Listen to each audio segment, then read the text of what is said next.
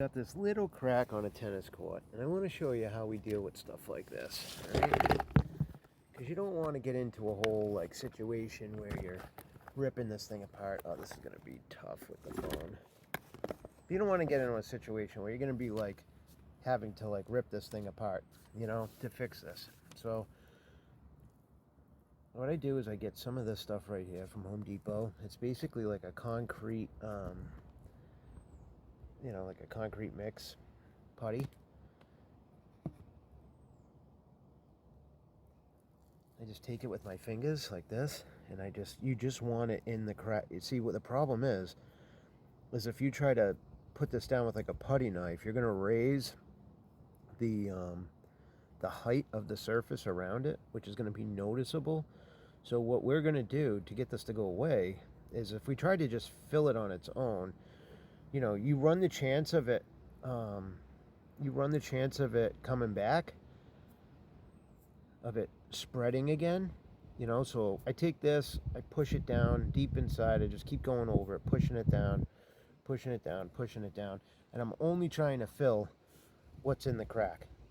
All right, I gotta keep what's around the crack smooth, because I'm gonna wind up laying some yellow jacket on top of it. We're just gonna cut a tiny thin piece and lay it over the top of this so that it does not open back up.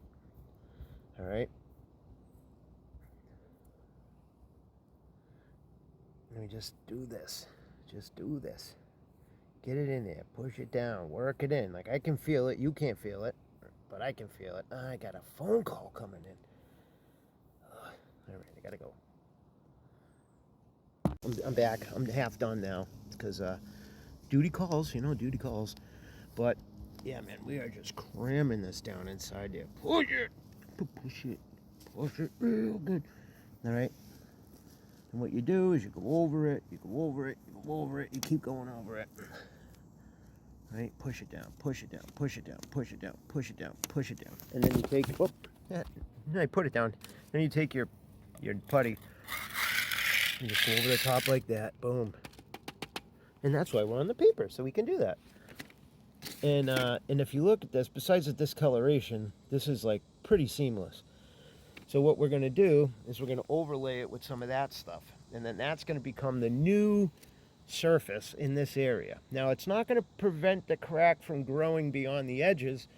And sometimes we try to like build in the growth of the crack. But when you see, and it's not on a straight line, this is kind of taken like a squiggly or an S pattern. I don't recommend trying to outgrow the crack. This looks like it's straight. And it does look like there's a old repair that's here. It does not look like our repair because we do not use that type of fiberglass as our first step, but nonetheless we are going to fix it, and that's it. And then we'll touch it up with the color. I'm bad at doing the whole remembering to take videos things, but so this is where we're at with our next step. So we wouldn't just put color on top of it, because what's going to happen is that concrete is going to absorb, or the concrete patch is going to absorb the paint different than the cord is going to, so it's going to stand out. The other thing is you wind up having the risk of the crack opening back up, because this cord is going to flex. It's probably, you know, expanded since this morning. Tonight it's going to contract. So if you don't have something on top of that to become the artificial surface, which is what this is, then you're going to run into that issue. So what this concoction is, it's a mixture of acrylic patch binder and resurfacer, and we just mix it up. And in this case, I'm just putting it down with a putty knife. I'm trying to stay within my area, so when I'm done, I'm just going to do the same thing with the color. I'm going to pour the color on. I'm just going to pull multiple coats, and as I finish, I'm just going to drag it up onto the paper. That way it's easier for me to try to control it instead of trying to keep it in this footprint. You know what I'm saying? So it's just like we lay the bead and then we pull the bead right up onto the paper. And we do that a couple of times, and it'll be done. Now, you know, I told the customer it will look a little brighter, and we are going to have to touch up the line paint, but problem solved.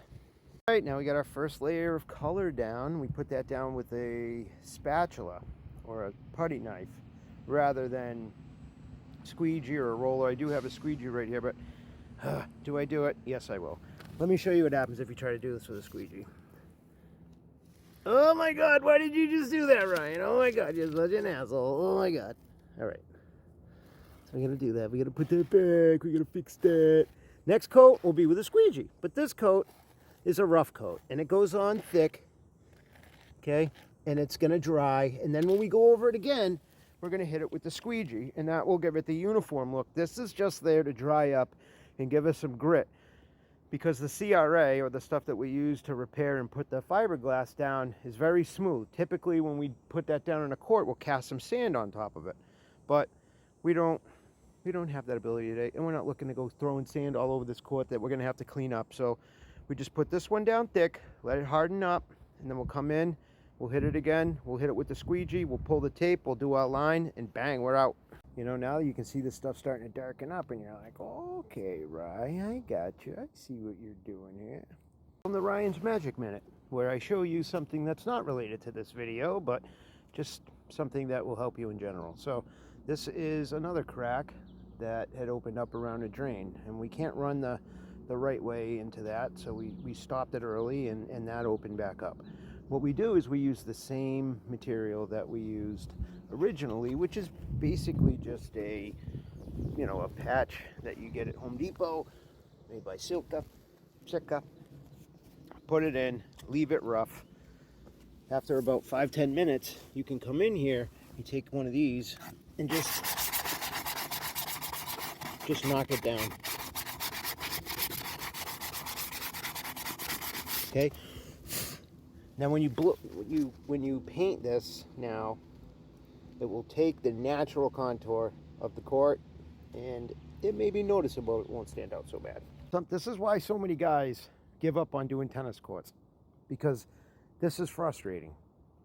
You know, looking at this thing right now, and I'm wondering, does this need another coat? I think it needs another coat.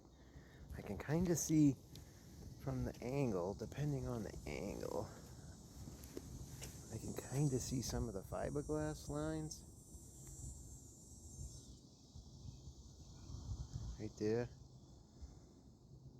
So now you might be saying, well, look, the color looks off. I mean, does it really look off when you compare it to the next to it? I mean, you got to think, we just put this down. There's a bunch of sand in it. As they start to play on this, that top layer of sand is going to wear in, and that's going to blend, what we call dull.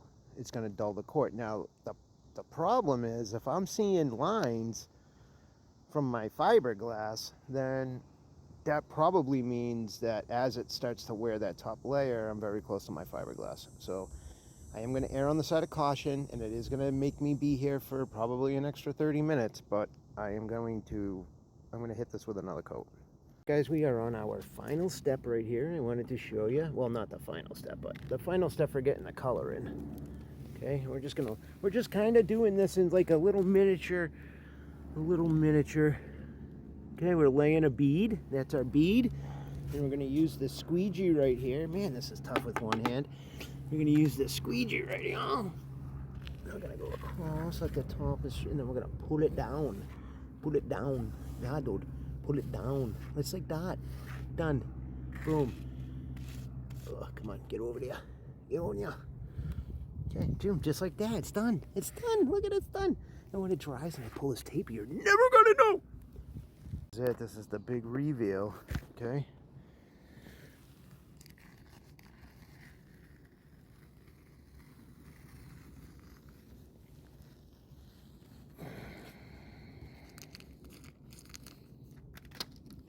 Now, we do have a little bit of a color difference, and we knew that was going to happen because this is new paint.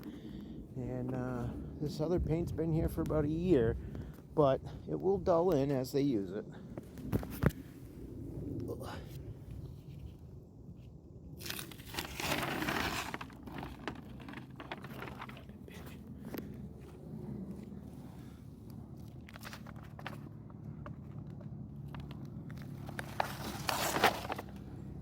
Got some touch up, always got some touch up.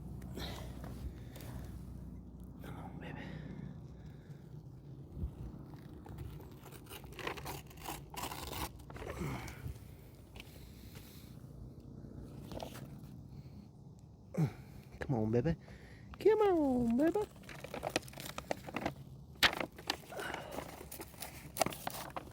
go. I mean,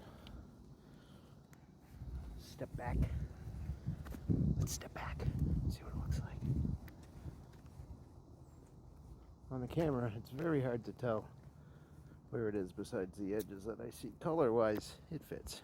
It matches. Now we got to do the lines. That's it. It's done. I mean, what do you think? A little blue, a little white line. I mean, it does have some hard edges from the tape, but those will get worn in as they play. So, yeah, not bad. You know, with tennis courts, it's all on how you look at it. If you look into the sun, you're going to notice everything. But if you come and put your back to the sun, you hardly notice anything. It's weird.